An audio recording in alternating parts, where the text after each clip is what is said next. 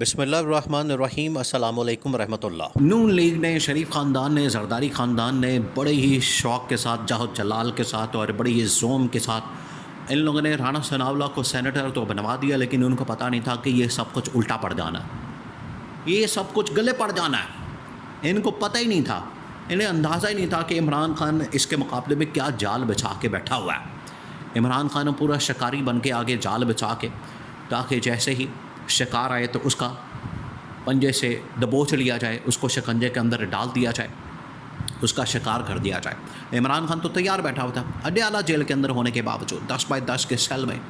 ان کو پتہ ہی نہیں تھا، نون لیگ کو تو پتہ ہی نہیں تھا کہ ہمارے ساتھ ہونی کیا والی ہے۔ اب انہوں نے رانا ثناءاللہ کو سینیٹر منتخب کروا کے خود ہی اپنے، یہ اصل میں انہوں نے اپنے پاؤں کے اوپر خود کو لہاڑی ماری ہے۔ یہ آپ ذہن میں رکھیں، آپ ذرا 2 منٹ کے لیے آپ امیجن کریں، 2 منٹ کے لیے سین کیا ہوا ہے۔ آگے جو صورتحال بنی ہے وہ بڑی دلچسپ بن گئی ہے۔ ہوا یہ ہے کہ رانا ثناءاللہ تو اس وقت سینیٹر منتخب ہو گیا، لیکن رانا ثناءاللہ بات کر رہا ہے نون لیگ کی، کم بات کر رہا ہے پیپلز پارٹی کی، کم بات کر رہا ہے، وہ بات کر رہا ہے پی ٹی آئی کی۔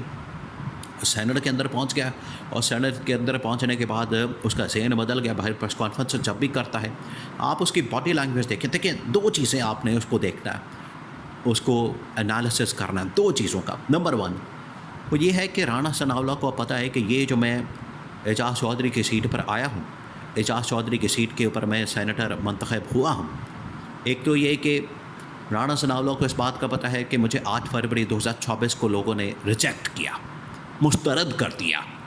یہ ایک بہت بڑا ایک داغ لگ جاتا ہے، ٹھپا لگ جاتا ہے، ریجیکٹڈ۔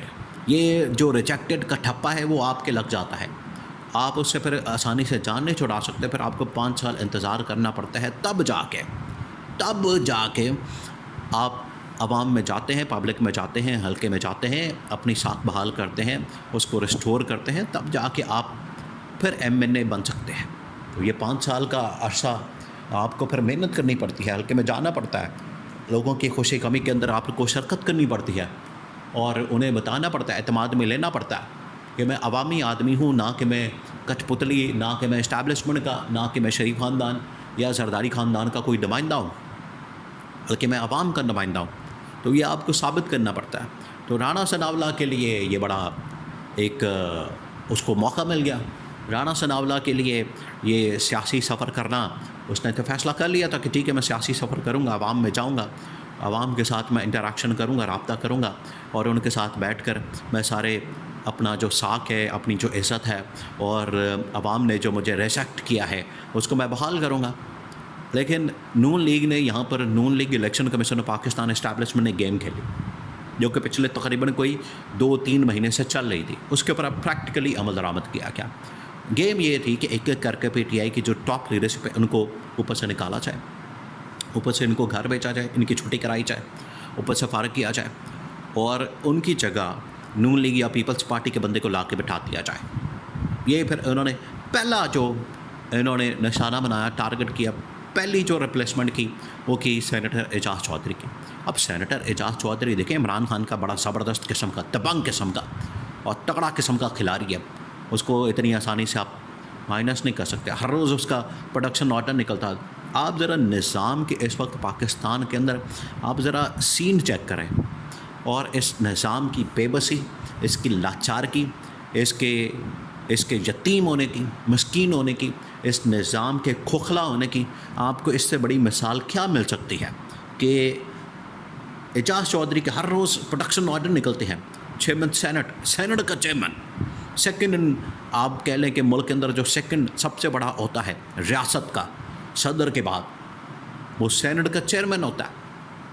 اس کی بات کے اوپر کوئی عمل ہی نہیں ہو رہا، جوتی کی نوک پر رکھتے تھے، وہ کہتے تھے کہ یہ پڑا تمہارا پروڈکشن آرڈر نہیں مانتے ہم، اور کون نہیں مانتا؟ ایک کوٹ لکھپت جیل کا چھوٹا سا 17ویں-18ویں گریڈ کا سپرنٹینڈنٹ، وہ سپرنٹینڈنٹ اس فیصلے کے اوپر، پروڈکشن آرڈر کے اوپر عمل درآمد نہیں کر رہا تھا۔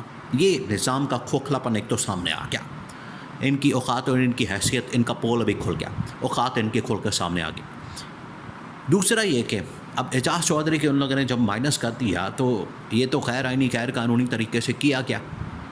ان کو پتا تھا کہ اعجاز چودھری جو ہے بڑا دبنگ قسم کا کھلاڑی ہے، اس کو پکڑیں اور مائنس کریں. ابھی کیونکہ انہوں نے شاہ محمود قریشی، پھر اس کے بعد یہاں پر عمر سرفراز چیمہ، میاں اسلم اقبال، حماد اظہر، مراد سعید، اور اس طرح کی بڑی ایک لمبی لسٹ ہے جنہوں نے ایک ایک کر کے ان کو فارغ کیا، مائنس کیا، ڈسکوالیفائی کیا، ٹی سیٹ کیا. اعجاز چودھری بیٹھا ہوا تھا، انہوں نے کہا کہ یہ سیٹ کے اوپر بٹھاتا. رانا ثنا ادھر سے انہوں نے ڈی سیٹ کیا، ادھر سے رانا ثناءاللہ کو لانچ کرتے، وہاں سے منتخب کروا کے تو سینیٹر بنا دیا. اب سینیٹر بنتے ساتھ ہی اس نے جو پہلا انٹرویو دیا جو اس وقت آنر ہوا ہے، پہلے انٹرویو کے اندر ہی رانا ثناءاللہ تو بالکل بخلا گیا.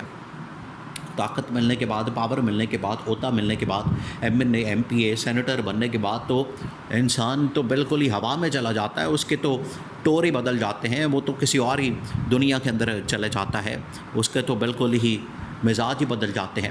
لیکن رانا ثناءاللہ تو بالکل اس طرح سے جیسے آسمان سے زمین پر آ گرا. اس کی تو حالت ہی اور ہو گئی، اس کو تو سمجھ نہیں آ رہی. پہلا ہی سوال ٹھک کر کے جب اینکر نے، صحافی نے بڑا زبردست قسم کا اس نے سامنے رکھا، اس نے کہا کہ آپ تو ایک ایسی سیٹ کے اوپر آ گئے ہیں جو سازش کے تحت آپ کے لیے تیار کی گئی، سازش کے تحت آپ کے لیے بنائی گئی، لانچنگ پیڈ کے طور پر آپ کو وہاں سے لانچ کیا گیا.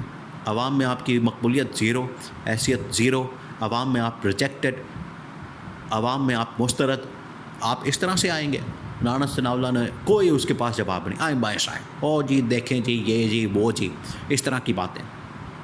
اس کے بعد اس نے کہا کہ اب آپ 6 سال کے لیے آگے ہیں، تو آپ کو نہیں لگتا کہ اگر کسی وقت میں جا کے، ہو سکتا ہے 1 سال بعد، ہو سکتا ہے 2 سال بعد، جیسے ہی آپ کی گورنمنٹ تھوڑی سی ڈاما ڈول ہوئی، اعجاز چودھری نے باہر آ کے پٹیشن دائر کی کہ مجھے ڈیو پروسیس کے تحت نہیں نکالا گیا بلکہ میری سیٹ کے اوپر قبضہ کیا گیا، سازش کی گئی، 2 نمبری کی گئی، تو پھر آپ کیا کریں گے؟ رانا ثناءاللہ تو فارغ ہو گیا، اس کے پاس جواب ہی کوئی نہیں تھا، اس کے پاس تو اس کا آنسر ہی کوئی نہیں تھا. کیونکہ یہ بات دیکھیں، یہ تمام چیزیں ویلڈ ہیں، آپ کے پاس اس کا جو جواز نہیں ہے. 2 چیزیں، سیاست 2 چیزوں کے اوپر لڑی جاتی ہے، ایک قانونی جواز ہوتا ہے، ایک اخلاقی جواز ہوتا ہے. اخلاقی جواز، اور مزے کی بات یہ کہ ان کے پاس نہ قانونی جواز ہے نہ اخلاقی جواز ہے. اخلاقی جواز آپ کو ملتا ہے عوام کے سپورٹ سے، حمایت سے، پبلک کی امیج سے، وہاں سے آپ کو اخلاقی جواز ملتا ہے. آئینی قانونی جواز ملتا ہے آپ کو اداروں سے، آپ کو عدالتوں سے، آپ کو الیکشن کمیشن سے. تو یہاں پر قانونی آئینی جواز بھی ان کے پاس بالکل نہیں، کیونکہ چوری کا مینڈیٹ فارم 47 جعلی تیار کیا. اور اخلاقی وہ تو ہے ہی نہیں، سرے سے ہی نہیں، وہ تو فارغ ہو گئے. وہ تو اخلاقی جواز بھی عمران خان کے پاس ہے، آئینی قانونی کیونکہ ادارے اس کو سپورٹ نہیں کرتے، اس وجہ سے اس کے پاس نہیں ہے. تو یہ جو رانا ثناءاللہ نے سیٹ کے اوپر عمران خان کے کھلاڑی پر قبضہ کیا ہے، یا قبضہ کر کے بیٹھ گیا ہے، یہ کہہ رہا ہے اس سے بہتر ہے کہ میں جا کے خود عمران خان کے سامنے اپنے استعفیٰ رکھ دوں اور یہ سیٹ اس کے حوالے کر دوں. یہ میں ایک مثال قائم کرنا چاہتا ہوں تاکہ تاریخ کے اندر میرا نام. یہ رانا ثناءاللہ کا فیصلہ اگر ایسا ہوتا ہے، یہ تاریخ میں ایک بڑی تابندہ مثال بنے.